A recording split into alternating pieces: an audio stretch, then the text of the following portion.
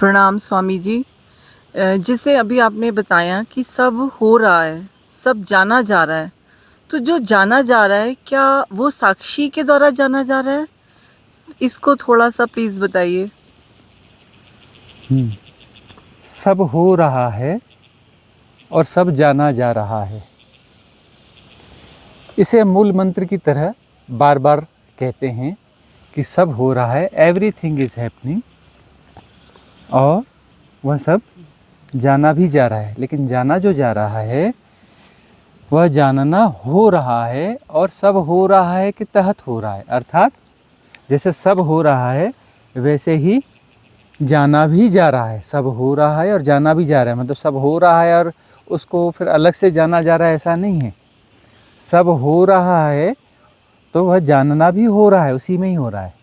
वह effortless knowing है, effortless knowing है, मतलब उसमें कोई प्रयास नहीं है, जानने में कोई प्रयास नहीं है। क्योंकि प्रयास से ही सारी चीज़ें बिगड़ जाती है। पहली बात तो बेसिक चीज़ें समझना है कि प्रयास करने से ही चीज़ें बिगड़ जाती हैं।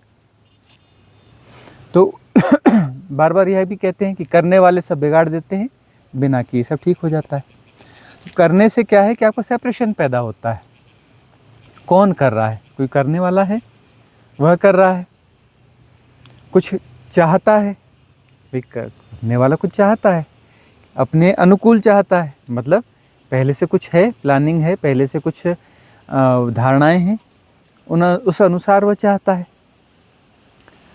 तो यदि वहाँ पर सब हो रहा है और जाना भी जा रहा है स्वभावतः, तो वहाँ पर जो है सेपरेशन नहीं बचता है। वहाँ जो है साक्षी, साक्षी का अर्थ है जो स्वभाव, जिसका स्वभाव है जानना। जानना उसका स्वभाव है, उसके लिए उसको किसी प्रयास की ज़रूरत नहीं है, किसी चेष्टा की ज़रूरत नहीं है, किसी एकाग्रता की ज़रूरत नहीं है, कुछ करने की ज़रूरत नहीं है।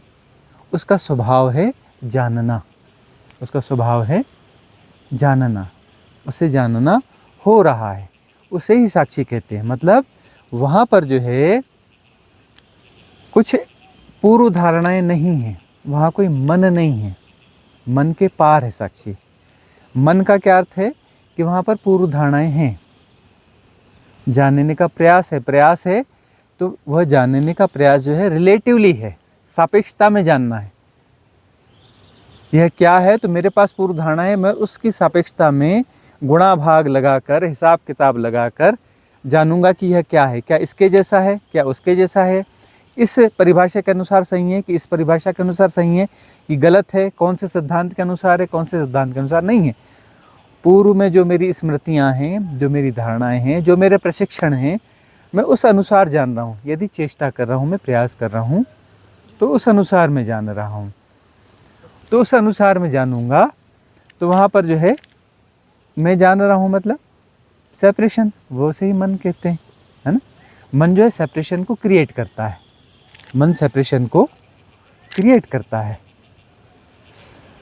तो मन जो है उसका काम है कि धारणाओं को जीवंत रखना, जो भी धारणाएं हैं, स्मृतियाँ हैं, इनको बचाए रखना। इसलिए मन, देखिए कि मन जो है लगातार किसी प्रोसेस में है, उसको अपनी धारणाओं को जिंदा रखना है। जिंदा रखना है तो एक प्रोसेस है, उसमें लगातार उसको एक्टिव रहना होता है। तो मन जो है अलग से कोई चीज़ नहीं, सिर्फ एक प्रोसेस है, एक प्रवाह है, जिसमें बहुत सारी धारणाएं, सारी धारणाओं को जिंदा रखता है। वही हम कहते हैं कि वह फीड कर रहा है। क्या कर रहा है? फीड कर रहा है। लगातार जो है वह एक ऐसा मैकेनिज्म है जो आपकी ऊर्जाओं को डाइवर्ट करके, और जो है बहुत सारे जो भी पैटर्न्स हैं, धारणाएं हैं, उन्हें वो लगातार फीड कर रहा है। वह एक ऐसा मैकेनिज्म है मन। तो ऊर्जाओं को लगातार वो डाइवर्ट कर रहा है, कंटिन्यूअसली डाइवर्ट कर रहा है। और साक्षी का अर्थ है कि वो जो डाइवर्जन का प्रोसेस है वो स्थगित हो गया, जो प्रोसेस है वो स्थगित हो गया, हम उसको सपोर्ट करना बंद कर चुके। वो डाइवर्जन किया जाना जो है एक बेहोशी में होने वाली प्रक्रिया है।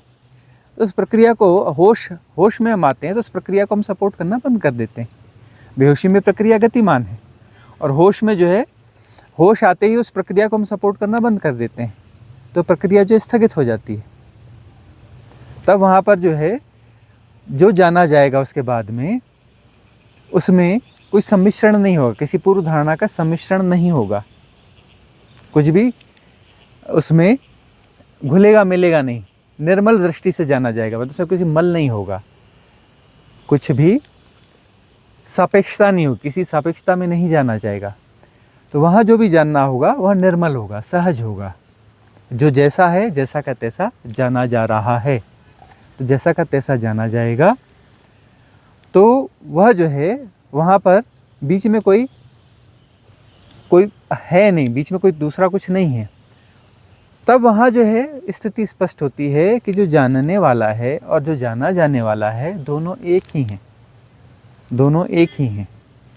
तो ये तो बात की घटना है, ठीक है ना। लेकिन शुरुआत यहाँ से होगी कि तब जो है जब जाना जाएगा कि यह जो जाना जाने वाला है और जान रहा है दोनों एक ही हैं, यह जब स्थिति स्पष्ट होगी तो उसकी पूर्व अवस्था ऐसी है कि वो साक्षी है और वह जान रहा है, ये पूर्व अवस्था है। और जब जाना जाने वाला और जानने वाले एक हो जाते हैं तो वह साक्षी भी विगलित हो जाएगा, विसर्जित हो जाएगा, डिजॉल्व हो जाएगा। गुरुजी होश कह सकते हैं? हाँ नहीं, होश के कारण ही हुआ होगा। होश जब परिपूर्ण होगा तो वहाँ पर जो है फिर होश सहज हो जाएगा, तो वहाँ पर साक्षी भी विसर्जित हो जाएगा। और ये जो हम बार बार कहते हैं ना 48 मिनट 48 मिनट, तो 48 मिनट तक वह अवस्था यदि रहती है, ठीक है ना, 48 मिनट तक वह अवस्था रहती है जहाँ पूर्ण रूप से हम सजग हैं, और वहाँ पर जो है फिर साक्षी भी नहीं बचता है। जहाँ साक्षी भी नहीं है और 48 मिनट तक हम सजग हैं, जहाँ साक्षी नहीं है, तो साक्षी वहाँ पूरी तरह से डिसॉल्व हो जाएगा। यदि 48 मिनट के पहले विक्षेप होता है तो साक्षी तो रहेगा, फिर अपना वापस वहीं आ जाएंगे, फिर साक्षी होंगे, फिर वही साक्षी के और उसके बीच में झूलते रहेंगे, बेहोशी के बीच में झूलते रहेंगे। तो साक्षी है, साक्षी घट रहा है, और साक्षी के पार जहाँ पर जानने वाला और जाना जाने वाला एक ही है, वह अवस्था यदि 48 मिनट तक बनी रहती है उसे विक्षेप रहित अवस्था कहते हैं। वहाँ कोई सेंटर ही नहीं है, 48 मिनट तक वह अवस्था बनी रहेगी, तो वहाँ साक्षी भी डिसॉल्व हो जाएगा, लौट के नहीं आएगा फिर साक्षी वहाँ पर वो जो साक्षी का खेल खत्म हो जाता है। वहाँ पर परिपूर्ण मुक्ति है, उसे ही आत्मज्ञान, एनलाइटनमेंट, कैवल्य ऐसा कहते हैं। कैवल्य मतलब सिर्फ वही बचा, द्वैत नहीं बचा, अद्वैत घटा। कैवल्य का मतलब अद्वैत, बुद्धत्व का मतलब अद्वैत, मोक्ष का मतलब अब कुछ नहीं, सिर्फ वही है। और सिर्फ वही है तो आनंद है, द्वैत है तो दुख है, तकलीफ है, समस्याएं हैं, सारी समस्या द्वैत की है। जहाँ एक हो गए तो वहाँ कोई समस्या है ही नहीं, ना कोई दुख है, ना तकलीफ है, कुछ भी नहीं है। हाँ, प्रश्न अब चेतन जी का है। गुरु जी, अभी जो बात चल रही थी तो साक्षी के जो बेसिक तत्व है जरूरी, जैसे मैं जहाँ तक समझता हूँ अवेयरनेस है, फिर अपार या अपरिसीम धैर्य की भी शायद उसमें ज़रूरत पड़ेगी। और अगर 48 मिनट्स हमको करना है तो मुझे लग रहा है मिनिमम 2 आवर्स तो हमको प्रैक्टिस करनी पड़ेगी एक सिटिंग में बैठने की, तब जाके शायद। तो ये थोड़ा, हाँ, मतलब 48 मिनट में बहुत सारे लोग ऐसे क्वेश्चन करते हैं भी 48 मिनट का गुणा भाग लगाएंगे तो गुणा भाग तो है ही है। हमने गुणा भाग लगाना ही नहीं है, यह एक तथ्य है कि 48 मिनट तक वह रह जाता है तो हो जाएगा। 48 मिनट आपको नहीं गुणा भाग लगाना है कि 48 मिनट विक्षेप रहित अवस्था का जो गुणा भाग लगा रहा है तो गुणा भाग लगाना ही तो विक्षेप हो गया, वह तो अपने से घटेगा। तो वो जो सिटिंग है, वह सिटिंग जो है लंबी इसलिए होती है कि 2 घंटा 3 घंटा 4 घंटा होती रहती है। तो उसमें कभी जो है वो लंबी सिटिंग के बीच में कभी 48 मिनट हो जाएंगे, वो आपके गुणा भाग में नहीं होंगे लेकिन वो हो जाएंगे। 48 मिनट जैसे ही वह हो जाएंगे तो बात बन जाएगी, उसके बाद फिर किसी सिटिंग की ज़रूरत ही नहीं है, उसके बाद तो बात पूरी हो गई। तो इस बात को अच्छे से समझना है। बहुत सारे लोगों के मन में कन्फ्यूज़न है कि वो 48 मिनट गुणा भाग लगा, अरे वैसा नहीं बैठना है। आप तो गुणा भाग के बाहर साधना में बैठ रहे हैं और साधना घट रही है तो गुणा भाग के बाहर हो गए, कब वहाँ से बाहर आएंगे आपको क्या पता है। ठीक है, लोगों की मजबूरी होती है कि सुबह उनको ऑफिस जाना है, 1 घंटा है तो 1 घंटा वो कुछ प्रैक्टिस कर रहे होते हैं, लेकिन इसलिए हम कहते हैं कि समय समय मौका मिले तो रात में बैठो। रात में हम साधना ज़्यादा करवाते हैं, क्वेश्चन आंसर सेशन ज़्यादा कराते हैं। रात में जो है यह पता होता है कि अभी किसी हड़बड़ाने की ज़रूरत नहीं है, रात में कोई मीटिंग होने वाली नहीं है, रात में कोई बिजनेस डील होने वाली नहीं है, रात में किसी का कोई विशेष फ़ोन वोन आने वाला नहीं है, कुछ भी ऐसा होने वाला नहीं है। इसलिए रात को हम जो है साधना के लिए उपयुक्त मानते हैं कि वहाँ जो है मन को अपने आप पता है कि वो कितनी कहाँ से बेचैनी पैदा करेगा। मालूम है कि रात में तो कुछ नहीं, जो होना है सुबह ही होगा, और सुबह भी जल्दी कुछ नहीं होता।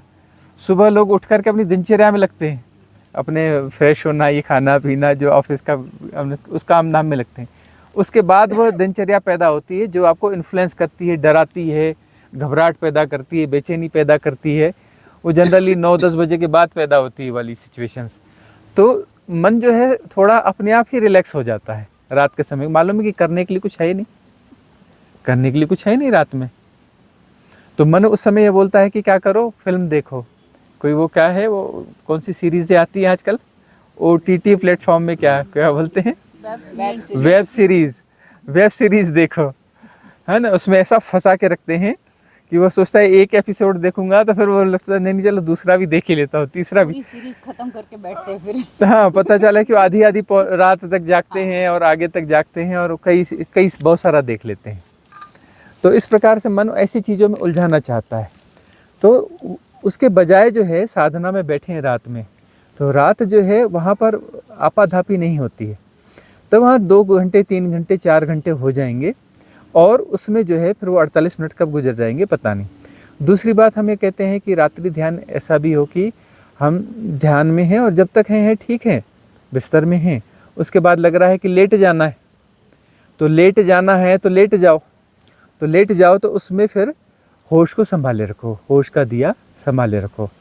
होश का दिया यदि वहाँ संभाले रख रहे हो, होश का दिया यदि संभाले रख रहे हो, तो वहाँ जो अपना शयन है, उस शयन में यदि ध्यान का प्रवेश हो जाए तो उस शयन में ही कब 48 मिनट्स कब अपना निकल जाएंगे पता नहीं चलेगा। तो 48 मिनट्स यदि वहाँ निकल गए तो बात बन गई। इसलिए जो है रात्रि ध्यान बहुत महत्वपूर्ण है। साधना में सचमुच में जिसको आर्या पार वाला मामला है, जिसका इसी जीवन में मुक्ति की साधना करनी है, तो उसका रात का सदुपयोग तो करना पड़ेगा उसको। रात के सदुपयोग के बगैर तो बात होने वाली नहीं है। दूसरी बात यह कि छुट्टी वाला जो दिन है, भाई किसी को बड़ी दिक्कत है कि सुबह ड्यूटी है, ये अब वो सैटरडे की नाइट है, कल संडे, या फिर जिनको 2 दिन की छुट्टी मिलती तो फ्राइडे की नाइट है और सैटरडे की नाइट है, 2 नाइट्स मिलती है उनको। संडे की नाइट में तो उनको जल्दी सोना पड़ेगा। इन 2 नाइट्स का प्रयोग कर लिया, 1 नाइट का प्रयोग कर ले, उस रात का उसको प्रयोग करना चाहिए और काफ़ी गहरे में जाके प्रयोग करना चाहिए। जहाँ जितना अवसर है ना उसको चूकना नहीं चाहिए। ये जो छोटी छोटी साधनाएं है ना, ये ठीक है, लेकिन ये मुक्तिदायी नहीं है, बात बनती नहीं है। वही हम कहते हैं कि बहुत सारे लोग साधना कर रहे हैं, कोई 10 साल से, कोई 20 साल से, कोई 25 साल से कर रहा है, जन्म जन्म से कर रहे हैं और आगे भी करते रहेंगे, जन्म जन्म साधना करते रहेंगे, बात बनती नहीं है। तो साधना जो है सालों और जन्मों से करने से बात नहीं बनती। साधना मुक्तिदायी साधना होनी चाहिए। मुक्तिदायी साधना है तब साधना है, नहीं तो ऐसे तो साधना जन्मों जन्मों से लोग कर ही नहीं और जन्मों जन्मों करने भी वाले हैं, जन्मों जन्मों तक आगे भी करते रहेंगे। तो उसका मतलब क्या है? जन्मों जन्मों आगे पहले भी करते रहे साधना और आगे भी जन्मों जन्मों करते रहेंगे, मतलब क्या है इसका? हमें ये बात समझ में नहीं आती कि कोई कर रहा है। चलो ये भी समझ में आया कि जन्मों जन्मों से साधना चल रही है, लेकिन उसके साधना करने का ढंग ऐसा है कि वो आगे भी जन्मों जन्मों करेगा। ये बात समझ में नहीं आती कि आगे भी जन्मों जन्मों करता रहेगा साधना। क्यों कर रहे हो साधना? कोई एडिक्शन है, कोई नशा है? नशा पता करते हो? साधना नाम का कोई नशा पता है? तो साधना जो है, साधना जो है मुक्तिदायी साधना है ना, कि हाँ बस रोज करते हैं, नियमित करते हैं, करते रहेंगे, बढ़िया करते हैं और आगे भी करते रहेंगे, जन्म जन्म करते रहेंगे। तो मुक्तिदायी साधना होनी चाहिए। दांव खेलना पड़ेगा ना, और दांव खेलने के लिए आपके पास रात है, दांव खेलने के लिए आपके पास रात है। अब वो बहुत सारी झंझटों में फंसे हैं, तो हफ्ते में 1 रात तो सबको मिलेगी, सैटरडे नाइट तो मिलेगी। हम जो शुरुआत में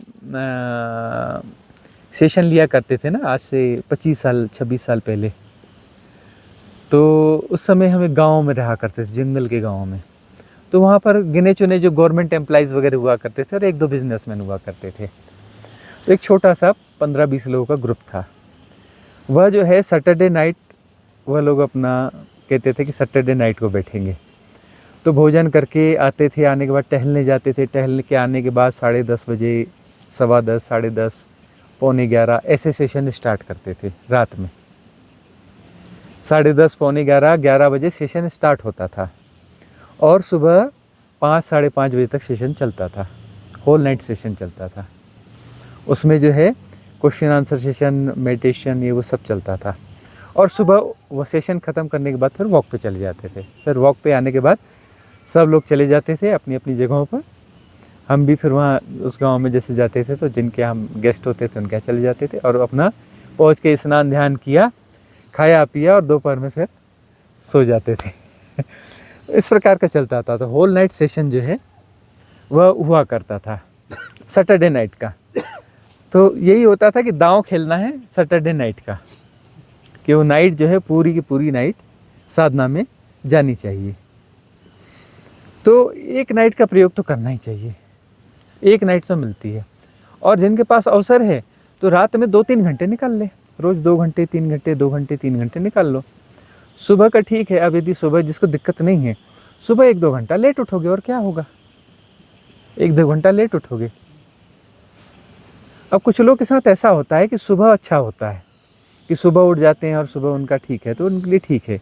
लेकिन हमें तो रात, पता नहीं क्यों रात हमें डिवाइन ही लगती है हमेशा से। और इसमें जैसे कुछ लोग कहते हैं कि रात को जो साधना की जाती है वो तांत्रिक लोग ज़्यादा करते हैं, नॉर्मल। हाँ, रात की साधना तांत्रिक लोग ज़्यादा करते हैं, उसमें उल्टा सीधा काली विद्या और ऐसा वैसा, ये फिजूल की बातें बहुत सारी चलती हैं, है ना। तो मैं कुछ तांत्रिकों के नाम आपको बताता हूँ जिन्होंने रात में खूब साधनाएं करी हैं। एक है बुद्ध, है ना, काली विद्या वाले जो है रात में ही साधना किया करते थे। एक है शिव, है ना। और कौन कौन से ऋषि मुनि हुए, वो सारे ही तांत्रिक हुए हैं, है ना। कृष्ण है, कृष्ण को नाम ही कृष्ण ऐसा दे दिया, वो रात वाले ही है, काली माँ वाले, रात वाले, है ना। अभी रिसेंट में एक हुए हैं ओशो, है ना, उसी श्रेणी के, शिव और कृष्ण की श्रेणी के एक हुए हैं, उसी लेवल के हुए हैं ओशो। और वो भी जो है रात में साधना किया करते रहे। रात में कभी भी जाओ तो गायब, रात में कहाँ बोलो, नदी किनारे बैठे हैं, वो जंगल में बैठे हैं। जब भी देखो तो नदी किनारे हैं, जंगल में हैं और अपना साधनाएं चल रही हैं उनकी। और सुबह सुबह आकर के 4-5 बजे आके फिर सो जाते थे, फिर अपना सुबह उठ करके अपने रूटीन में आ जाते थे। लेकिन अपना इधर रात के 10-11 बजे और गायब, और सुबह अपना आकर के फिर चुपचाप सो जाते थे। और रात में हमेशा गायब रहते थे, रात में उनकी साधना चलती थी, सारी साधना उनकी रात की साधना है। तो क्या वो भी तांत्रिक हैं? कुछ 2-4 लोग हमें भी तांत्रिक कह के तो इधर उधर लोगों को कह रहे कि वो तांत्रिक हैं, ये वो है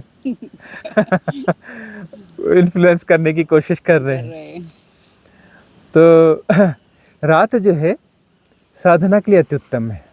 सारे ऋषि मुनि आप देखो रात में साधना में।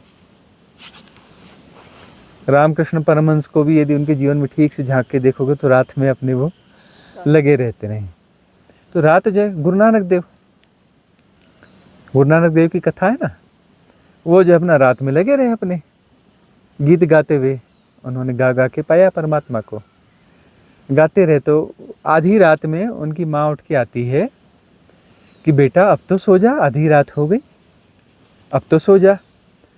तो उसी समय पपीहा बोला तो गुरु नानक देव बोलते हैं, माँ देख पपीहा बोल रहा है, अपने प्रियतम को बुला रहा है, वो जाग रहा है।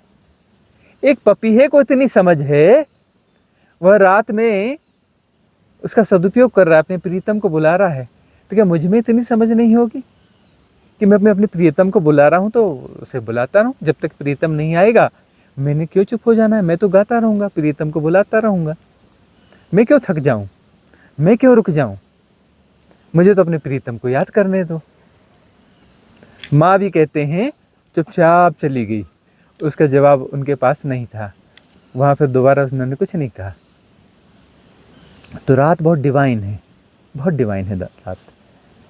काली विद्या, ये विद्या बेकार की बातें हैं। देखो अब जो जिसका उपयोग करना चाहे करे, है ना।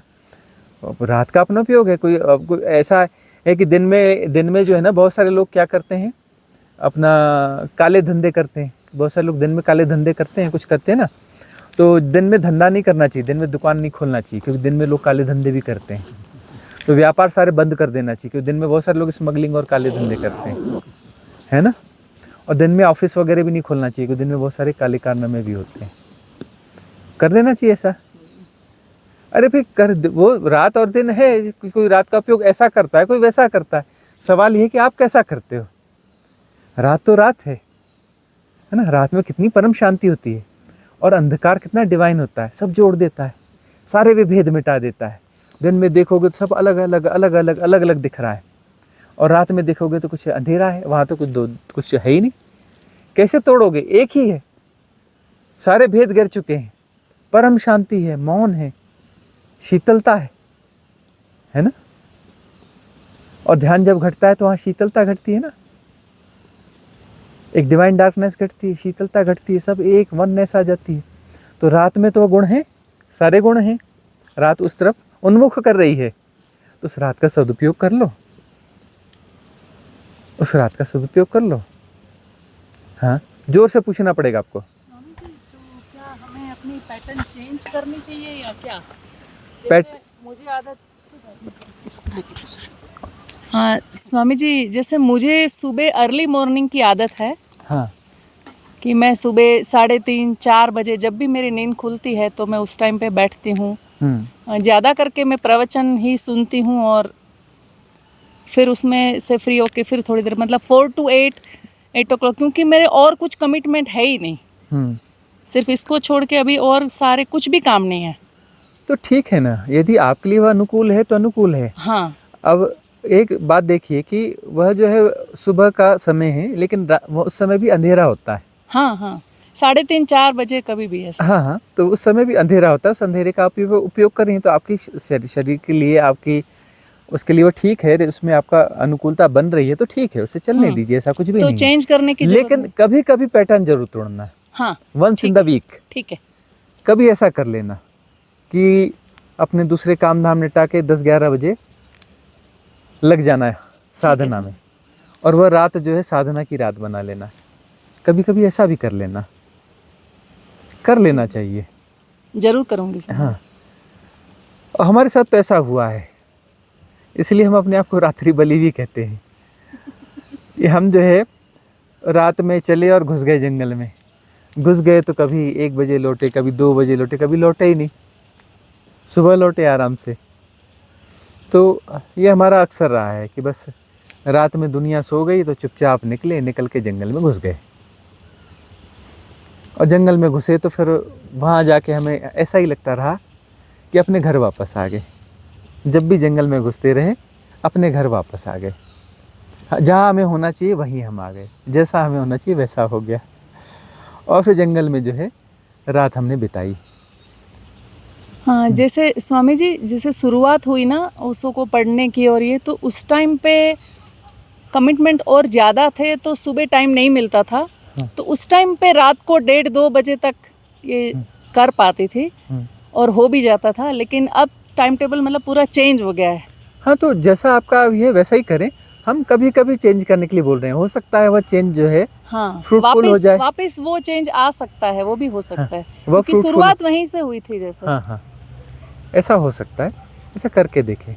दूसरी बात जो है, हम ऐसा कहते हैं ना, जैसे अभी हम कुछ लोगों को ले भी गए थे जंगल में रात में, तो बहुत थोड़ी देर के लिए ले गए थे। अब धीरे धीरे देखेंगे, लोगों को टेस्ट करेंगे, फिर रात में ले जाएंगे। अब अमावस की रात आ रही है, बोले अमावस की रात को क्या होता है? काली विद्या, तंत्र विद्या। तो अमावस की रात को हम ले जाएंगे, और रात को 12 बजे ही ले जाएंगे, है ना। और रात में ले जाके जंगल में बिठाल के वहाँ पर जो है ध्यान की विधियों का प्रयोग करेंगे।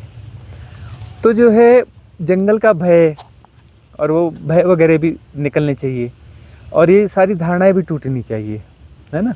अरे रात तो रात है, प्यारी रात है। अमावस की रात की अपनी क्वालिटी होती है, अमावस की रात के बड़े अच्छे ध्यान प्रयोग होते हैं। डार्कनेस जो है गहन डिवाइन डार्कनेस होती है, इसको आप समझने की कोशिश करो। जो शिव तत्व है, हम डिवाइन डार्कनेस को शिव तत्व कहते हैं। वह जो डार्कनेस जहाँ पर गहन अंधकार है, महाअंधकार है। महाशिवरात्रि कब होती है? अमावस्या। कौन सी अमावस्या? जो सबसे काली अमावस्या होती है, उस दिन महाशिवरात्रि होती है, उसी दिन होती है ना। एकदम गहन काली अंधकार, काला अंधकार होता है उस अमावस्या में, और उसी दिन महाशिवरात्रि होती है। तो हम तो ये कहते हैं भाई संकेत है, देखो समझो ना। तो अमावस की जो गहरी गहरी रात है, उसके अपने गुण तत्व हैं। उस समय जो है वहाँ पर विसर्जित होना आसान है। उस अंधकार में अपने आप को विसर्जित कर देना आसान है। वह शिव तत्व है, उस शिव तत्व में हमें विसर्जित हो जाना चाहिए, कुछ नहीं बचना चाहिए। वह शिव तत्व ही रहना चाहिए। बस मौन बैठे और खो गए हैं, सब कुछ हो गया, सिर्फ चैतन्य का एक दिया जल रहा है और गहन अंधकार है। तो रात बहुत डिवाइन होती है, अल्टीमेट होती है। रात का जो है सदुपयोग कर लेना चाहिए। और इस प्रकार से जो है ना, जो पैटर्न हम तोड़ते हैं, कुछ चित्र विचित्र करते हैं, तो मन को जो है ठौर नहीं मिलती। मन थोड़ा घबराएगा, ये करेगा, उसके बावजूद आप बैठते हैं, तब जो है मन हार मान जाता है। मन आपको डराएगा, चलो लौट चलते हैं, चलो ऐसा करते हैं, चलो वैसा करते हैं, चलो कल देखेंगे, चलो बाद में देखेंगे, यह करेंगे वह करेंगे, और उसके बावजूद आप डट के वहाँ बैठ जाओ। मन के बहुत सारे पैटर्न वहाँ डिज़ॉल्व हो जाते हैं, क्योंकि मन की चली नहीं। मन को समझ में आया कि मैं जो है गुलाम हूँ। अब तक मन को लगता है कि मैं मालिक हूँ, मैं जैसा इशारा करूँगा चलना तो वैसे ही है ना। सर्वेंट जो है वह मालिक को नचा रहा है, और मालिक नाच भी रहा है, नौकरों की तरह, गुलाम की तरह। और ये मालिक मालिक की तरह व्यवहार करेगा तो गुलाम गुलाम की हैसियत में वापस आ जाएगा।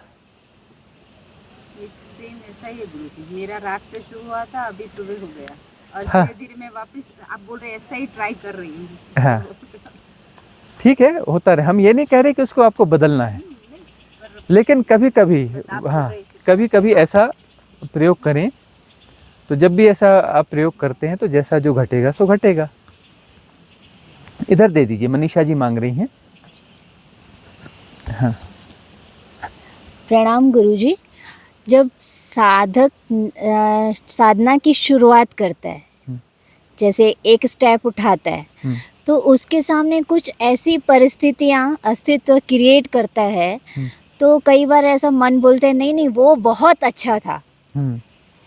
तो फिर ऐसे मन को समझाना पड़ता है कि शायद है ना, हमने साधना स्टार्ट की है, अस्तित्व हमसे परीक्षा ले रहा है। तो उस बात को कैसे समझा जाए कि हमारी परीक्षा चल रही है? कुछ एक बात यह है कि मन जो साधना के बाद में बहुत सारी कई बार तकलीफ़ें दिखने लगती हैं, है ना, कष्ट तकलीफ़ें दिखने लगती हैं। तो इसको बहुत सारे आयामों से समझना पड़ेगा। एक तो ये है कि पहले बेहोशी थी, तो वो तकलीफ़ें होती भी थी, उनकी आदत थी, उनके बीच में बेहोशी में चलना होता था, वह उतना पता नहीं चलता था। साधना के बाद संवेदनशीलता बढ़ने लगी, तो तकलीफ़ वगैरह ज़्यादा पता चलने लग गई, है ना, समस्याएं ज़्यादा उभर के दिखने लग गई। तो फिर मन बोलता है देखो गड़बड़ हो रही है ना, साधना के कारण गड़बड़ होती, छोड़ दो साधना, साधना नहीं करना, साधना गड़बड़ चीज़ है, मन ऐसा बोलेगा। अब जो है फिर ऐसा समझाया जाता है कि नहीं परीक्षा है, तो परीक्षा ही तो है, बहुत गौर से देखो तो परीक्षा ही तो है। और दूसरी बात यह है कि तकलीफ़ों के बाद में व्यक्ति साधना शुरू करता है।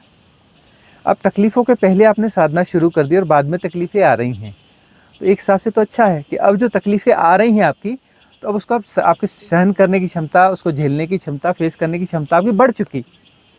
उसके लिए तो धन्यवाद का भाव होना चाहिए, ग्रेटिट्यूड होना चाहिए कि आपकी साधना पहले शुरू हो गई, आपकी क्षमता, सहनशीलता की क्षमता आपकी विकसित हो गई। अब जो समस्याएं आ रही हैं, यदि नई साधना न रहती तो शायद वो समस्याएं आपको तोड़ देती, लेकिन अब आप टूटेंगे नहीं। तकलीफ जरूर होगी, झटके जरूर पड़ेंगे, लेकिन उस बुरी तरह नहीं टूटेंगे। यदि साधना न होती तब जैसे टूटते वैसे नहीं टूटेंगे। और ये सब जो है बहुत गौर से देखिए कि अस्तित्व जो भी तकलीफ़ें दे रहा है वो आपको लेसन दे रहा है, वो आपको लेसन दे रहा है। सारी तकलीफ़ें सिखाने के लिए, और तकलीफ़ में ज़्यादा जागना होता है, तकलीफ़ में जागना सदा ज़्यादा होता है। और जो है सुख जो है बेहोश करता है, दुख जगाता है। इसलिए जो है दुखपूर्ण जो तकलीफ़ें हैं, दुख हैं, उनको जो है धन्यवाद देना चाहिए, उनको सदा धन्यवाद देना चाहिए। कठिनाइयाँ आती हैं, जैसे हमने ये देखा है कि रिट्रीट में भी होते हैं तो वहाँ पर मैनेजमेंट में बहुत सारी तकलीफ होती है, बहुत सारी समस्याएं आती हैं, लेकिन हर समस्या के बाद में गौर से देखोगे तो वह समस्या जो है कुछ अच्छा करके उसके नतीजे कुछ अच्छा निकलते हैं।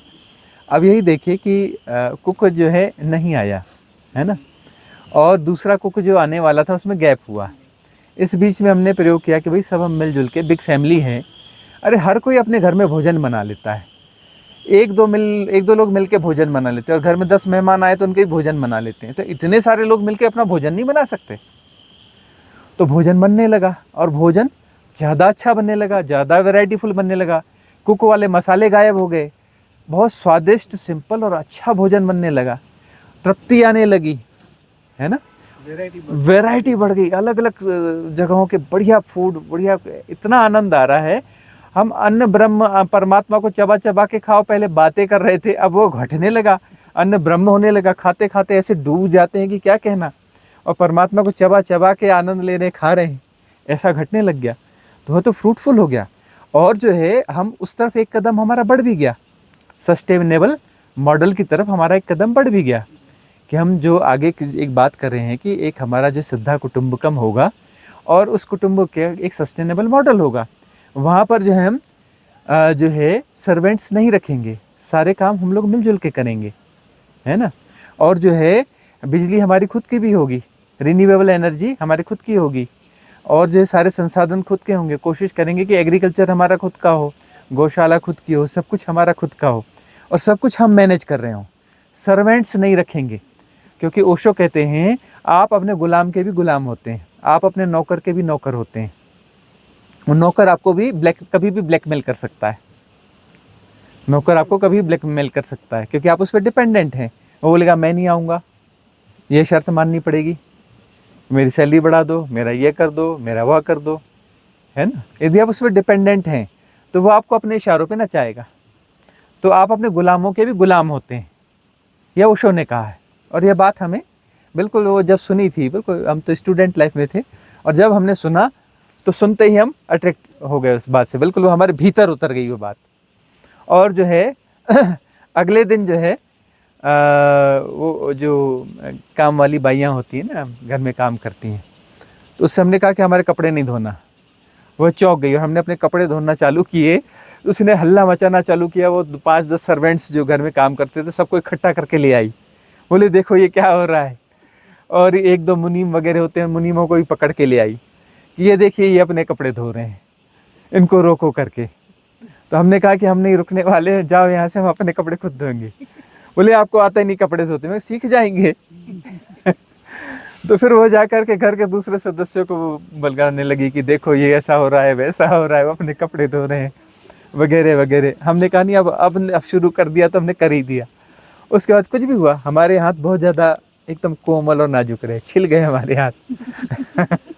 कपड़े आते भी नहीं थे, लेकिन दोबारा उनको लगा कि शायद कल ना धोएं, हमने दोबारा फिर धोए, कब जो हुआ देखा जाएगा। कुछ लगा ली बोरोलिन और तेल वगैरह, हमने करना चालू कर दिया, और धीरे धीरे धीरे धीरे वो हुआ।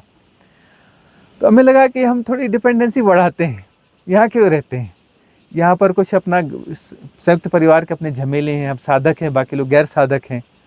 आजू बाजू ढूंढा हमने, तो हमने जो है एक घर के देखा, हमने कहा कि रेंट पे दोगे, उसने कहा कि बिल्कुल देंगे, लेकिन आपको रेंट की घर की क्या जरूरत है, इतना बड़ा घर है, 35-40 कमरे हैं आपके घर में, वही 2-4 कमरे कोई भी आप रख सकते हो। इतने बड़े घर को छोड़ करके 2-3 कमरे वाला घर ले रहे हो आप, वो भी रेंट पे। लोग मुझे क्या कहेंगे, और लोग वो करेंगे। भाई मैं तो मना नहीं कर सकता आपको, लेकिन सोच विचार कर लो। हमने कहा कि नहीं भैया, अब हम ऐसा ही करेंगे। हमने रेंटेड घर थोड़ा अलग से जाके लिया, और वहाँ जाके शिफ्ट हो गए। बोले कैसे मैनेज करोगे, मैं कहा कर लेंगे मैनेज। वहाँ पर शुरू में अपना, मैंने कहा टेम्प्रेरी एक काम वाली भाई साफ़ सफाई के लिए रखते हैं। 2-4 दिन बाद लगा ये जो काम वाली बाई आती है, हमको वेट करना पड़ता है, ये टाइम पे आई तो बराबर जाना पड़ता है। हमको कहीं घूमने फिरने जाना है, जंगल से लौटना है तो जल्दी लौट आते हैं, काम वाली बाई का समय हो गया। मैं क्या, तो बड़ी झंझट है। हमने काम वाली बाई को बीच में कहा कि महीने की तनख्वाह कितनी होती है, इतनी, ये पकड़ ले। बोले महीना तो हुआ ही नहीं है। तो नहीं तुम तो पैसे तनख्वाह पकड़ लो और अपना राम राम। तो बोले फिर पूरी तनख्वाह क्यों दे रहे? नहीं नहीं नहीं, ये तनख्वाह लो और राम राम। हमने कहा कि अपने काम खुद करेंगे और अपने हिसाब से कर लेंगे, सिस्टमेटिक कर लेंगे। अपने घर को इतना सिस्टमेटिक रखेंगे गंदा ही कम हो, रोज साफ करने की जरूरत ना पड़े, है ना। हर कचरा जो प्रॉपर डस्टबिन में जाएगा, पूरा सिस्टमेटिक होंगे। हमने उस प्रकार से सब लगाए, नेट डोर्स ये वो ऐसे सब उसमें सिस्टम अपने सुधरवा लिए कि कुछ ऐसा करें कि डस्ट कम आए, ये कम हो। और हमने कहा कि बस अब एकांत में रहेंगे, और उस प्रकार से रहे। तब हमारी मौज बढ़ने लगी। हमारी जब मर्जी तब जंगल जाएंगे, जब मर्जी तब आएंगे। भोजन का सिस्टम, हमने कहा भोजन का सिस्टम हम यहाँ अपना अलग बना लेंगे।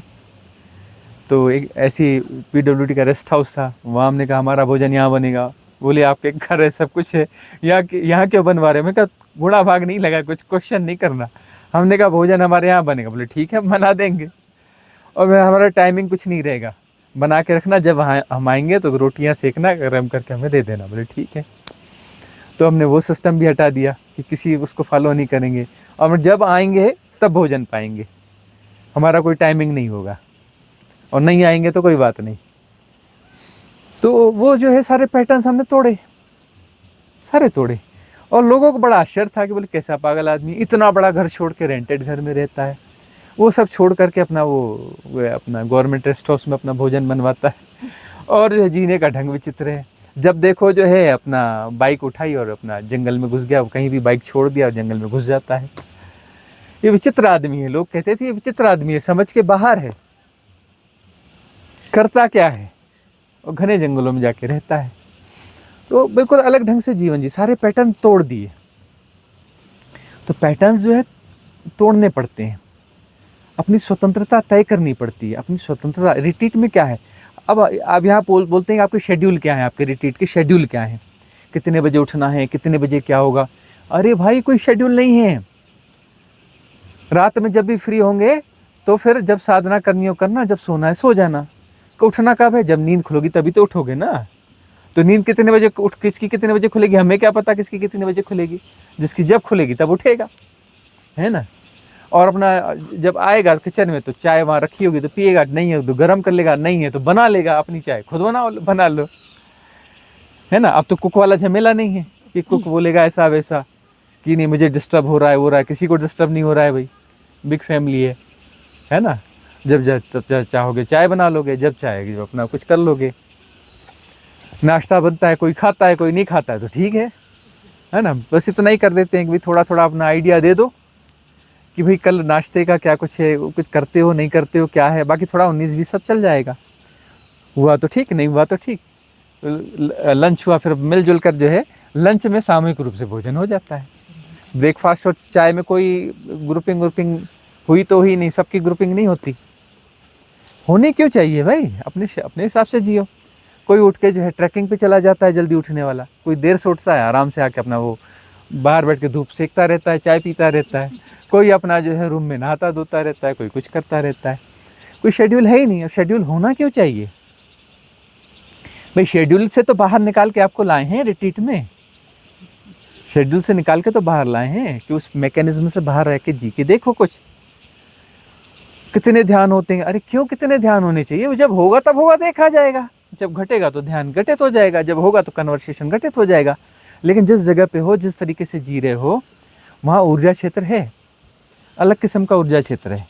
वह ऊर्जा क्षेत्र आप पे काम, वह ऊर्जाएं आप पे काम कर रही हैं, आपको बदला जा रहा है, आपको पता भी नहीं चल रहा है और आप बदल रहे हो। आपको पता भी नहीं चल रहा है और आप बदल रहे हो। एक्टिविटीज़ ज़्यादा नहीं है लेकिन आप बदल ज़्यादा रहे हो। वैसे तो एक्टिविटीज़ वाली बहुत सारे लोगों ने की हुई है, 50 करी हैं, कई आश्रमों में रहे आए हैं, हाँ, सैकड़ों बार रहे आए हैं। बात बनी कहाँ? बनी कोई बात तो बनी नहीं ना। तो अब वो जो है हम उस पे काम कर रहे हैं कि बात बननी चाहिए, बात बननी चाहिए। कोई सिस्टम नहीं है जिसको फॉलो करना है, सारे सिस्टम्स के बाहर सहजता और सरलता से। प्रेम एक सिस्टम है, सहजता एक सिस्टम है। भोजन बनाया जा रहा है, आनंद है, और जो है भाव है कि मेरा भोजन बनेगा और सब लोग पाएंगे, मुझे खुशी होगी। तो कोई अपने हिसाब से कोई काम ले रहा है, वह उसका कार्य ध्यान है क्योंकि वो समर्पण से ले रहा है। वह उसकी झंझट नहीं है, वो नहीं है, वो उसका आनंद है, वह उसकी खुशी है ना। अपना वही कोई कह रहा था कि हम अपने वहाँ रहते हैं तो अपना देवरानी जिठानी क्या क्या होते हैं, ननद, है ना, क्या क्या है, उसमें जो है बंटवारा होता है, ये मैंने कर लिया, ये काम तेरा है। और यहाँ पर कुछ नहीं है, घुसते हैं कि कौन सा काम खाली है, जहाँ दिखा वो चालू हो जाते हैं। कोई गुणा भागी नहीं है कि मैंने कम किया, कि उसने ज़्यादा किया, कि उसने ज़्यादा किया कि कम किया, है ना। यहाँ कुछ है ही नहीं, जो जहाँ है बड़े आनंद से बढ़िया कर लेता है, बड़ी सहजता से कर लेता है। तो यहाँ पर कोई सिस्टम ही नहीं है, और सिस्टम नहीं है और सब तब भी मैनेज हो रहा है। भोजन बहुत शानदार बन रहा है, परम आनंद, उस प्रसाद हो गया। प्रसाद यही तो है, भावपूर्वक भोजन बनाया गया, भावपूर्वक भोजन परोसा गया, भावपूर्वक भोजन खाया गया। जो भी परोस रहा है बड़े प्यार से, अरे ले लो जी, ये ले लो जी, बड़े प्यार से परोस रहा है। परोसने वाले कितने प्यार से परोस रहे हैं, बनाने वाले कितने प्यार से बना रहे हैं, भोजन पाने वाले कितने प्यार से, इतने आनंद से भोजन पाया जा रहा है। परमात्मा ही चबाया जा रहा है, चबा चबा के परमात्मा का आनंद लिया जा रहा है, अन्न ब्रह्म हो रहा है ना। व्यवस्थाएं बढ़िया हो रही हैं। समस्याएं आ रही हैं तो समस्याएं क्या आ रही हैं, सिखाने के लिए आ रही हैं। तकलीफ़ें आ रही हैं सिखाने के लिए, और तकलीफ़ें आने के बाद में वो देखो ज़्यादा अच्छा हो गया, 1000 गुना अच्छा हो गया, 1 गुना भी नहीं है। बाकी हम गुणा भाग लगाते रहे, दूसरों के साथ देखते रहे कि हाँ क्या करना चाहिए, क्या करना चाहिए। चेतन जी बोलते रहते तो अच्छा हो रहा है, ये तो अच्छा हो रहा है, ये तो ठीक हो रहा है। चेतन जी बार तो अरे क्या ज़रूरत है, क्या ज़रूरत है। उधर नितेश भी बोले थे तो ये तो ज़्यादा अच्छा है, अरे काहे ढूंढ रहे हो, इसमें तो ज़्यादा बेहतर हो रहा है। बोले इनका विज़न शुरू से ही क्लियर, बोले तो ज़्यादा अच्छा हो गया। तो यही है कि अपना जो है जो भी हो रहा है वो लेसन है। भाई सस्टेनेबल मॉडल की बात चल रही है ना, होगा नहीं होगा हम नहीं कहते, हम नहीं कह रहे कि हम बनाएंगे, अस्तित्वगत रूप से होना है तो हो जाएगा, लेकिन उसके स्टेप्स क्लियर हो रहे हैं ना। सस्टेनेबल मॉडल का एक स्टेप क्लियर हो रहा है। ओशो की बात वह क्लिक हो रही है कि हम अपने गुलाम के भी गुलाम हो जाते हैं। तो हमें गुलाम का गुलाम नहीं बनना है, गुलाम का गुलाम नहीं बनना है। और कितना अच्छा माहौल हो गया। किचन में अपना व्यवस्था, अपना कुटुंब, और किचन में थोड़ा परायापन घुसते हो तो थोड़ा संकोच लगता था, कुछ कहेगा तो नहीं, थोड़ा समझते थे अरे कुछ टोक तो नहीं देगा, कुछ उसके चेहरे के वो तो नहीं बिगड़ रहे हैं। अब जो है कुछ है ही नहीं, हम बॉस हैं, अपना घर, अपना लिए प्रॉपर्टी है, अपना किचन है, हम ही बॉस हैं, हमारी मर्जी, हम जैसा करें, है ना। तो गुलाम के गुलाम बनने की जरूरत ही नहीं है, अपने मालिक हैं। और अपने मालिक होना ही चाहिए, हमारी रिट्रीट है भाई हमने थोड़ी ऑर्गेनाइज की, सबने मिल के ऑर्गेनाइज करी है, इजोटेरिक सिस्टम ने ऑर्गेनाइज किया, और जो इसमें पार्टिसिपेट कर रहा है वो सब ऑर्गेनाइजर है, इसमें सारे ही ऑर्गेनाइजर हैं, सबको मिलजुल के करनी है। ये कोई हमने रिट्रीट थोड़ी ना करी, हमारी रिट्रीट थोड़ी नहीं, सबकी रिट्रीट है। सब मिलजुल करके जो है एक कुटुंब है, एक कुटुंब जो है अपने पैटर्न्स को डिसॉल्व कर रहा है, अपनी समस्याओं का समाधान कर रहा है, ध्यान की गहराइयों में उतरने की कोशिश कर रहा है, अपने आप को डिसॉल्व करने की कोशिश कर रहा है ना, मुक्ति के मार्ग पर जो है आगे चल रहे हैं। तो उसके लिए जो है यह कुटुंब है, यह संघ है। तो संघ जो है, संघ तो एक दूसरे का सहयोगी हुआ ना। संघ का क्या मतलब है भाई, डिवाइन जो कम्युनिटी है, जो दैविक संघ है, यह वही तो संघ है ना, साधना का संघ है। यह संघ क्या होगा, एक दूसरे को सहयोग देकर ऊपर उठाने वाला होगा, एक दूसरे की मुक्ति की साधना में सहायक होगा, है ना, स्टेप बाय स्टेप। अब कोई बोलता है कि मुझे यह समस्या है, तो अगला कोई बोल देता है अरे इसकी दवाई मेरे पास है। कोई फलाना है, ढिकाना है, तो कोई जो है वो ऐसा बोल के अरे मेरे पैरों में दर्द है, तो पता चला कि कुछ थोड़ी देर बाद में कोई उनके रूम में घुस गया तेल लेकर के, निकालो जी हम मालिश करते हैं। कोई बोलता है ऐसा है, तो कोई अपना जो है पहुंच जाता है। इस तरीके से हो रहा है। तो ये कितना बढ़िया है कि अपने घर में भी इतने प्यार से कोई केयर शायद नहीं करता होगा, है ना। वहाँ सब पैटर्न से बंधे हुए हैं, बहुत है, खींचतान बहुत है घरों में भी। तो यहाँ पर जो है जहाँ देखो वहाँ अपना समाधान निकल के चला आता है। जहाँ बोलो तो अपना बोलता है नहीं इसका मेरे पास है नहीं, वो या कोई नुस्खा बता देगा ऐसा है, कोई बोलेगा अरे यहाँ पर फलाना स्टोर है मैं ले आता हूँ, या चलो साथ में चलते हैं, समाधान निकल आता है। तो ये तो कुटुंब है ना। अब बड़े प्यार से हो रहा है। अब प्रेम सीखना है, प्रेम जीवन में सीखना है। तो प्रेम यहाँ घट रहा है, वो वाली स्कूल वाली टीचिंग थोड़ी, वो टीचिंग तो वो सीखना क्या सीखना है, नकली सीखना है। यहाँ तो प्रेम घट रहा है, जीवन में उतर रहा है प्रेम। यही तो प्रेम तो जीवन में उतरना चाहिए, फैलना चाहिए, वही तो हो रहा है ना यहाँ पर। ठीक है ना। तो सारी समस्याएं हमें क्या है, सिखाने के लिए आती हैं। सारी समस्याएं हमें सिखाने के लिए आती हैं, लेसन है। और यह सेपरेशन जो है लेसन के लिए, लेसन से ही टूटता है। राइट लेसन होते जाएंगे, राइट लेसन होते जाएंगे तो सेपरेशन टूटते जाएगा। प्रेम में क्या हो रहा है, हम फैल रहे हैं ना, फैलना ही तो है ना।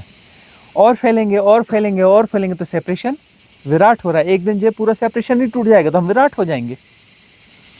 प्रेम में क्या, फैलना ही तो है। तो संग क्या है, हमें फैलने का माहौल दे रहा है। क्या कर रहा है यह रिट्रीट, हमें कर रही, फैलने का माहौल दे रही है। हम फैल रहे हैं, विराट हो रहे हैं, विराट हो रहे हैं और फैल रहे हैं, सहज हो रहे हैं। सहजता क्या मतलब, फैलना ही तो सहजता है ना। सहज हो रहे हैं मतलब फैल रहे हैं, फैल रहे हैं मतलब आनंदित हैं। आनंद क्या मतलब, फैलना है ना आनंद। आनंद का मतलब हम फैल गए, एकदम फैलने की प्रतीति होती है ना। तो हम फैल रहे हैं, हम जो है सहज हो रहे हैं, हम आनंदित हो रहे हैं, हम विसर्जित हो रहे हैं, हम विराट हो रहे हैं। विराट होते होते विसर्जित हो जाएंगे। अनंत असीम निर्गुण निराकार शिव तत्व, उसी तरफ तो बढ़ रहे हैं ना। यही तो लक्षण है कि रिट्रीट जो है सफल है। इसका क्या लक्षण है, यह गुण तत्व बढ़ रहे हैं ना, तो मतलब रिट्रीट सफल हो रही है। सिर्फ आसन लगा के ओम करने से कुछ नहीं होता, हालांकि वह भी होता है, वह भी होता है, लेकिन इस शेड्यूल के, किसी शेड्यूल के तहत नहीं होता है। तो वह सारी चीज़ है। रिट्रीट ऐसी रिट्रीट है, कवायद वाली रिट्रीट नहीं है यह। तो लेसन्स जो है, लेसन्स लगातार मिल रहे हैं। जिस दिन लेसन पूरे हो जाएंगे मुक्ति हो जाएगी। तो जो भी घट रहा है, विपरीत परिस्थितियां, समस्याएं, सब लेसन है। और ये सारे लेसन जो है हमें विराट बनाने के लिए है। लेसन हमने सीख लिया तो हम जो है और फैल जाएंगे। नहीं सीखा, रेजिस्ट किया, तो वह लेसन हमें दोबारा फिर से झेलना पड़ेगा। लेसन्स बाकी रह गए तो फिर से स्कूल का बस्ता उठाना पड़ेगा। A for apple, B for वाई फिर से करना पड़ेगा। फिर अगली बार फिर सेपरेशन को हम क्रिएट करेंगे, फिर उसे लेसन दिए जाएंगे। ठीक है ना। तो ऐसा लगता है कि ये सेशन को समाप्त करना चाहिए। एक क्वेश्चन है, चलो लास्ट क्वेश्चन ले लेते हैं मुक्ता जी का। अच्छा, प्रणाम स्वामी जी। ये सिमिलर आवाज आ रही है अभी? हाँ, जोर से बोलिए। मैं कह रही हूँ कि अभी सिमिलर ही है क्वेश्चन रिलेटेड, अभी जो प्रश्न उठाना और जिसका आपने जवाब दिया। दिक्कत जो मैं देख रही हूँ, जैसे लगभग कुछ 8-9 महीनों से मैं शायद ध्यान कर रही होंगी, और एक मार्च से मैं देख रही हूँ कि पेट बहुत ज़्यादा ही सेंसिटिव हो गया है। पेट क्या हो गया? सेंसिटिव हो गया है। सेंसिटिव मतलब कि मैं बाहर का अगर पानी पूरी भी खा लूँ ना, मेरे को वो पेट दुखने लग जाता है, या भूख की सेंसेशंस ही नहीं आ रही है कि मुझे भूख लग रही है, मैं खा लूँ। अगर दिन में मैं 2 बार ले लेती हूँ तो भी बहुत अलग से रिएक्ट करने लग जाता है पेट। मतलब ओवरऑल थोड़ा भी बाहर का या पनीर वगैरह के प्रोडक्ट्स ले लूँ तो पेट बहुत ज़्यादा क्लियर होने लग जाता है। इन द सेंस बहुत डिफरेंट हो गया है। और तो एक तो ये प्रश्न है कि क्या वो ध्यान से हो रहा है। अनदर थिंग, यहाँ आने से बस 2 दिन पहले ही एक्चुअली कुछ सिम्टम्स थे बॉडी में, जैसे हेयर लॉस बहुत हो रहा था, हड्डियों में बहुत दर्द था। तो मैंने TSH के टेस्टिंग कराई थी, तो TSH के लेवल्स हाई आए।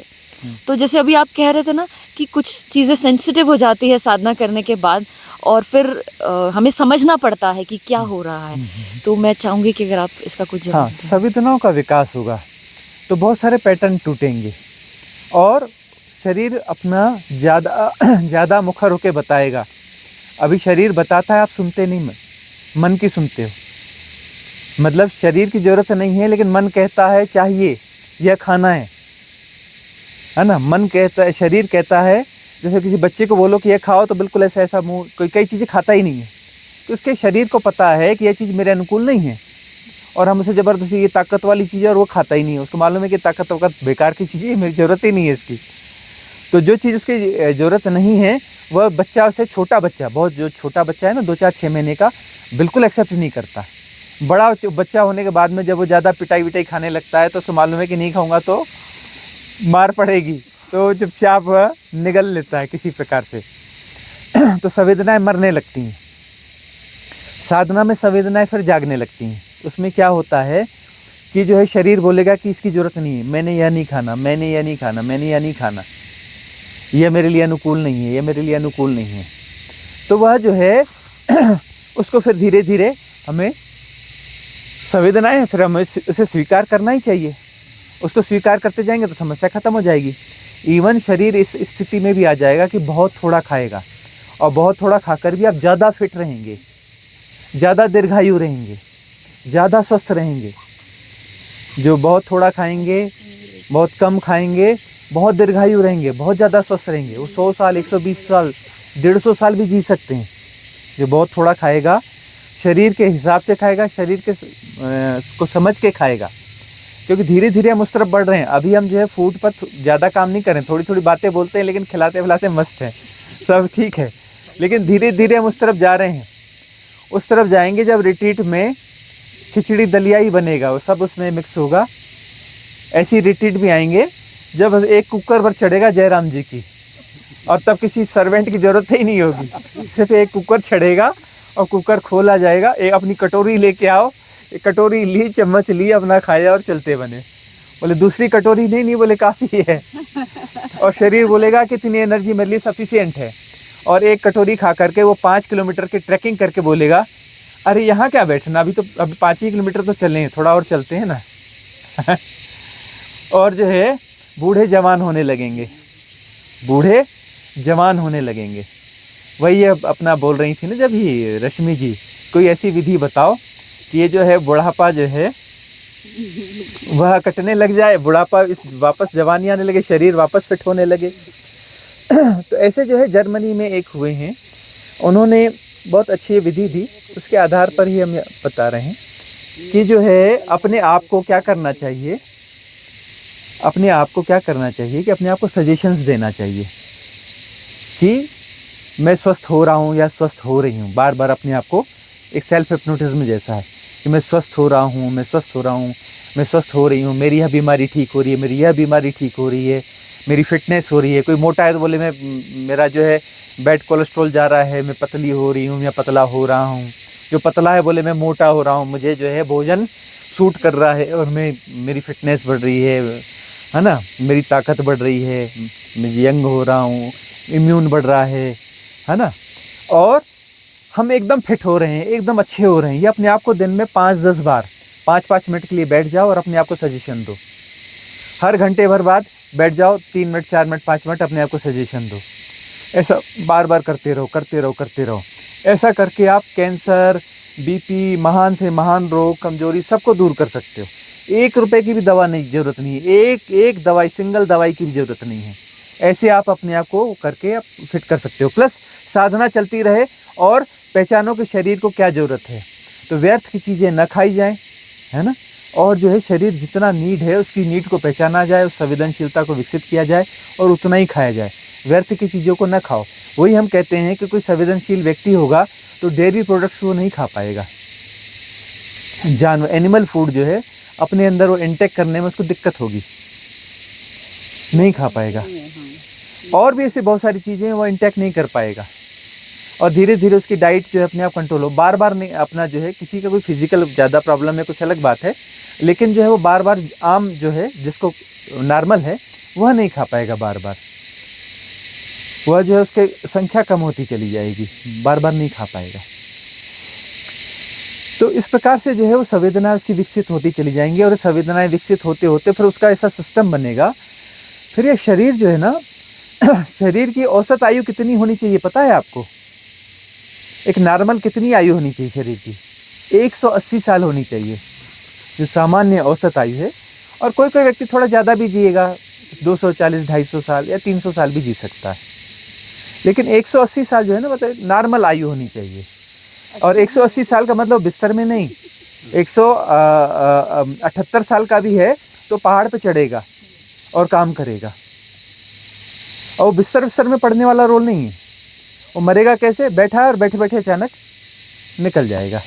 और साधना वाला है तो फिर वो अपना वो लेट के बोलेगा हाँ बस मैं जा रहा हूँ भाई, राम राम, है ना, और अपना थोड़ी देर में बोलेगा निकल जाएगा। ठीक है ना। यह स्वाभाविक जीवन है, ये स्वाभाविक जीवन है।